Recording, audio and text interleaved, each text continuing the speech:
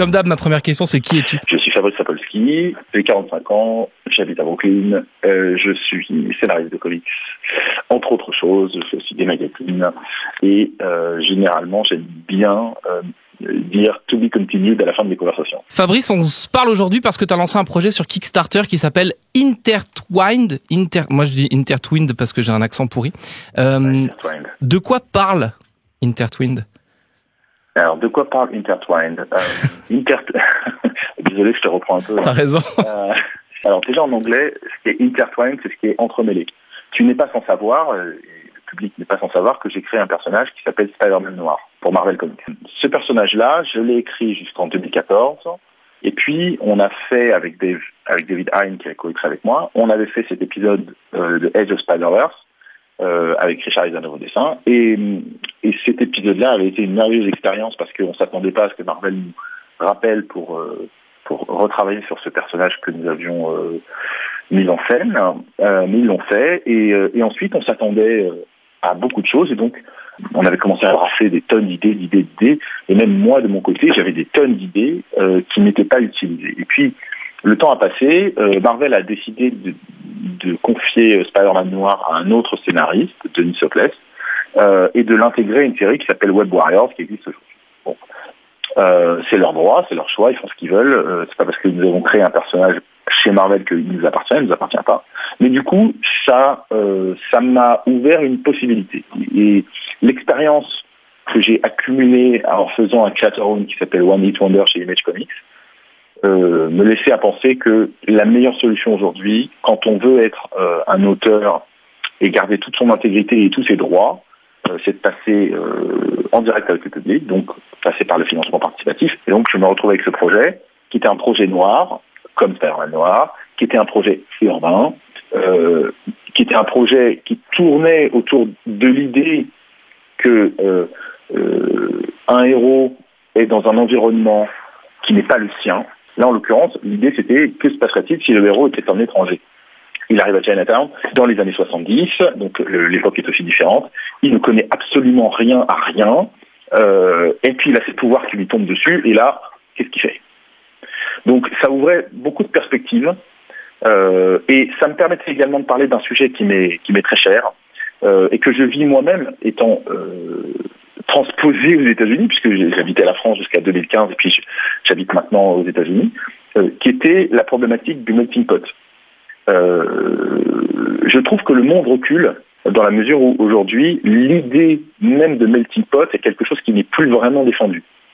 C'est-à-dire que quand j'étais petit, mes copains ils avaient toutes les couleurs, toutes les religions, toutes les langues, voilà, et tout le monde s'en foutait. On était juste des copains. Aujourd'hui, le débat il s'est déplacé et aujourd'hui les gens se replient. Il y a du repli. En France surtout il y a du repli. Aux États-Unis il y a aussi du repli. Et les gens ne se mélangent pas, et du coup ils ne se connaissent pas. Et cette idée du melting pot, c'est une idée qui m'est chère, parce que je crois vraiment que l'avenir du monde est dans le métissage. Donc Intertwined, c'est ça. C'est aussi l'histoire d'un personnage qui est un outsider dans un univers qu'il ne connaît pas, et qui va devoir appréhender des communautés. Et c'est pour moi aussi l'occasion de parler de melting pot. En revanche, tu nous as toujours pas dit quel est le pitch de la série. Le jeune Juan Jin, qui est donc le héros de notre série, le jeune Juan Jin, débarque à New York pour aller récupérer l'héritage de son oncle décédé.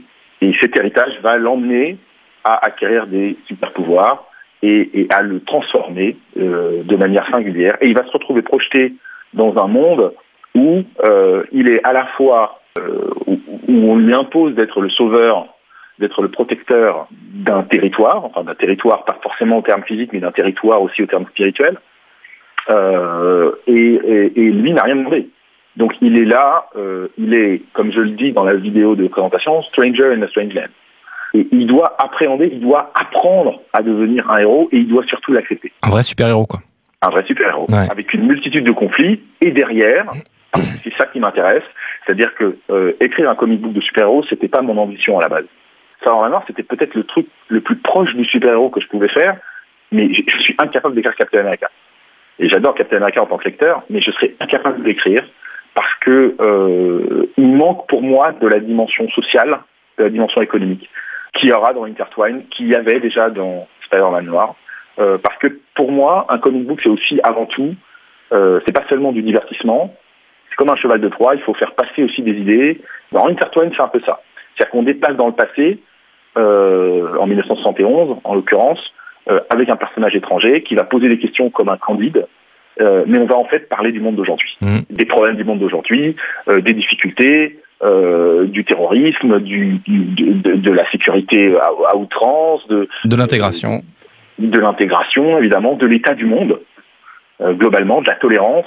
Donc on va parler de tout ça, mais dans un contexte qui est celui des années 70. Et je trouvais en plus intéressant cette période des années 70 à New York, parce que c'était une ville qui était en perdition. C'était une ville qui était vraiment en perdition sociale, en perdition économique. Et il a fallu de nombreuses années avant que New York se relève et redevienne la ville qu'elle n'aurait jamais dû cesser d'être. Mais précisément à ce moment-là, on était vraiment dans le déclin. Donc ça correspond à ce qu'est le monde aujourd'hui. Le monde occidental précisément est en déclin. Et il se pose des questions parce qu'il n'a pas de réponse.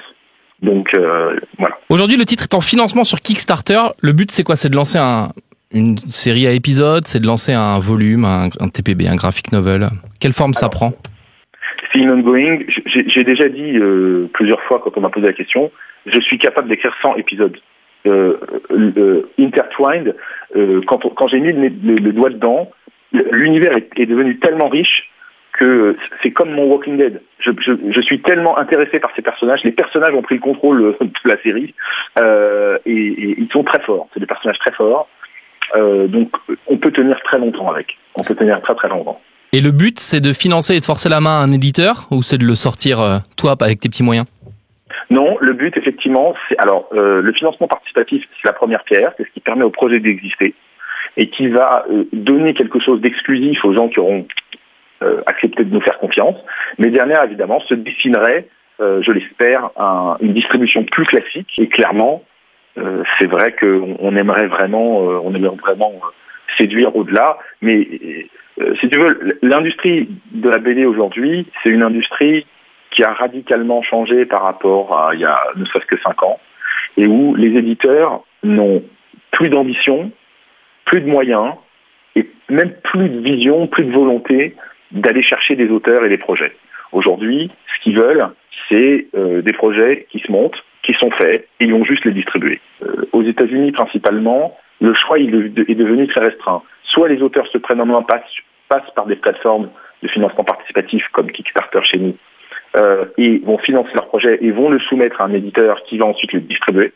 Ils vont garder tous les droits de leur projet et tout le monde sera content. L'éditeur aura pris 0 risque. L'auteur aura été rémunéré à sa juste valeur parce que le public aura compris qu'un auteur doit être rémunéré, c'est quelque chose d'important. Et tous les droits appartiendront aux auteurs. Et puis il y a l'autre modèle qui est le modèle de Marvel et DC, qui est un modèle de company owned où on travaille comme un freelancer avec des personnages qui ne nous appartiennent pas et on est interchangeable. Oui, et c'est du work for hire, c'est-à-dire que ce que tu produis pour eux appartient, Spider-Man Noir appartient à Marvel. Spider-Man Noir appartient à Marvel. J'ai des royalties qui doivent être de 0,05% sur les ventes de ce que j'ai fait. Donc ça me fait un chèque par an de à peu près $150 et voilà, et je peux faire un gros resto avec ma famille. Tu parlais des éditeurs qui font plus de recherche et qui prennent plus de risques. T'as fait des recherches parce que tu te lances avec un dessinateur qui est c'est pas audacieux de le dire, c'est un petit nouveau quoi. Moi j'ai adoré son Steam West, mais voilà, Fred n'est pas une rockstar. Fred n'est pas une rockstar, mais pas encore. Je pense qu'il le deviendra une fois que les gens verront ce qu'il est capable de faire sur Intertwined. J'ai vraiment l'impression d'avoir découvert le prochain Mozart du dessin. C'est quelqu'un qui ne fait que commencer sa carrière et il absorbe une quantité d'informations à une vitesse folle et il s'améliore en permanence. En plus, c'est quelqu'un qui a un ego extrêmement mesuré et qui accepte les conseils, qui accepte d'écouter. Et donc, on a un vrai travail collaboratif qui est vraiment fabuleux. Pas plus tard que ce matin, il m'envoie un design. Je lui dis, tiens, écoute, le design est un peu radical, peut-être qu'on pourrait le truc. Voilà, je lui soumets 1 ou 2 idées. Il dit, très bien. Et puis, 2 heures plus tard, j'ai un truc. Donc, et on balance comme ça en permanence sur les idées. C'est pas Fabrice qui écrit le scénario et Fred qui dessine. C'est vraiment un projet qui est créé ensemble, même si c'est moi qui ai eu le pitch de base, l'idée de base, le concept, etc., et que je la mets en scène. c'est un travail collectif. Et pourquoi Fred? Pour une raison simple. J'avais besoin de quelqu'un à qui faire confiance sur un projet pareil, parce que c'est vraiment une affaire de confiance. J'ai beaucoup souffert de One Hit Wonder, on en parlera peut-être, où j'ai dû affronter le départ successif de 2 dessinateurs, alors que la série ne faisait que 5 épisodes. Et ça a été très difficile de maintenir le bateau tout seul, en étant la seule personne qui finance, la seule personne qui promeut, la seule personne qui soutient la série. Ça a été très difficile. Sur Intertwine, on est 2, et on est vraiment 2. Mais il a voulu ce projet. Il l'a voulu comme personne n'a voulu ce projet. Donc il a tout fait pour l'avoir. Il m'a dit c'est le projet de ma vie. Pourquoi? Parce que un projet noir avec un personnage asiatique de kung-fu, c'est quelque chose auquel il tenait beaucoup. Moi aussi, du reste. Et donc je l'ai mis en concurrence avec 2 autres dessinateurs, un Américain, un Chinois et lui-même. Et il a emporté le morceau haut la main parce qu'il avait la niaque. Est-ce que c'est ces talents en arts martiaux qu'on fait qu'il a remporté le projet? Alors, c'est pas ce qui a fait qu'il a remporté le projet, c'est avant tout ses talents artistiques. Mais je dois dire que c'est extrêmement agréable d'avoir une référence en arts martiaux sur une série d'arts martiaux. Je pense que c'est un cas unique. Je trouve que c'est un cas unique parce que il n'y a pas eu beaucoup de séries d'arts martiaux, bien sûr, mais je pense pas que Iron Fist ait bénéficié d'un dessinateur qui sache pratiquer les arts martiaux. Fred ne confondra jamais une position avec une autre position. Il sait exactement comment on se bat, et donc tout sera réaliste, ce qui nous donne une crédibilité supplémentaire sur ce public, qui est un public exigeant. Je vais donner une autre parabole. J'ai un très bon ami à moi qui s'appelle Moritat, qui est un dessinateur américain. Et Moritat m'a dit un jour, moi j'ai appris à dessiner les armes correctement en faisant Jonah X, parce que je me suis rendu compte au bout de quelques apparitions en convention que si mes armes n'étaient pas correctes, les gens ne les achetaient pas, parce que ils achetaient non seulement pour l'histoire, mais ils achetaient aussi pour la véracité historique. Bon, comme malgré tout, il n'y a que ça qui fait vendre, vous avez commencé à annoncer des noms de rockstars des comics. On a vu passer Olivier Coipel associé au projet. Qu'est-ce que vont faire ces gens? Alors, dans les packs de prix supérieurs, il y aura un portfolio exclusif avec des art prints en tirage extrêmement limité. On va dire qu'il y a un peu moins de 100 exemplaires qui vont être imprimés de ce portfolio, avec des art prints avec une dizaine ou une quinzaine, parce que pour l'instant il y a des artistes qui nous rejoignent régulièrement, d'artistes qui ont accepté de faire des illustrations d'Intertwined à leur guise, couleur, noir et blanc, sketch, vraiment tout ce qui leur plaira. Et ce sont effectivement des artistes établis du monde des comics américains. Aujourd'hui, tu es un Français qui habite à New York. Et il n'y a pas longtemps, DC Comics a quitté New York, juste y est pour rien. Non, ils sont partis un peu avant que j'arrive. Donc, je ne suis pas responsable. Combien de temps il reste sur la campagne de financement? Il reste, au jour d'aujourd'hui, nous sommes le 13 février, il reste 19 jours. Et je recommande à toute personne qui écoute ça d'aller vite se précipiter s'ils sont intéressés, car plus tôt on atteindra l'objectif, plus je serai rassuré, ça c'est fait une première. Et deuxièmement, plus on aura de chance de faire des choses fabuleuses, parce qu'une fois qu'on a atteint l'objectif, il y a ce qu'on appelle les stretch goals, c'est-à-dire que quand on est à plus de 100%, à 125, à 150, à 200, etc. Tu peux rajouter des bonus. Voilà, on rajoute des bonus, et on a des bonus vraiment cool à ajouter, et si on n'atteint pas ça, il y aura pas de bonus. Donc voilà, là aujourd'hui, on a une première pierre avec ces artistes de premier plan qui nous ont rejoints pour ça, mais une fois que ce sera financé, une fois qu'on aura atteint les objectifs, on pourra annoncer d'autres choses qui sont vraiment, vraiment cool.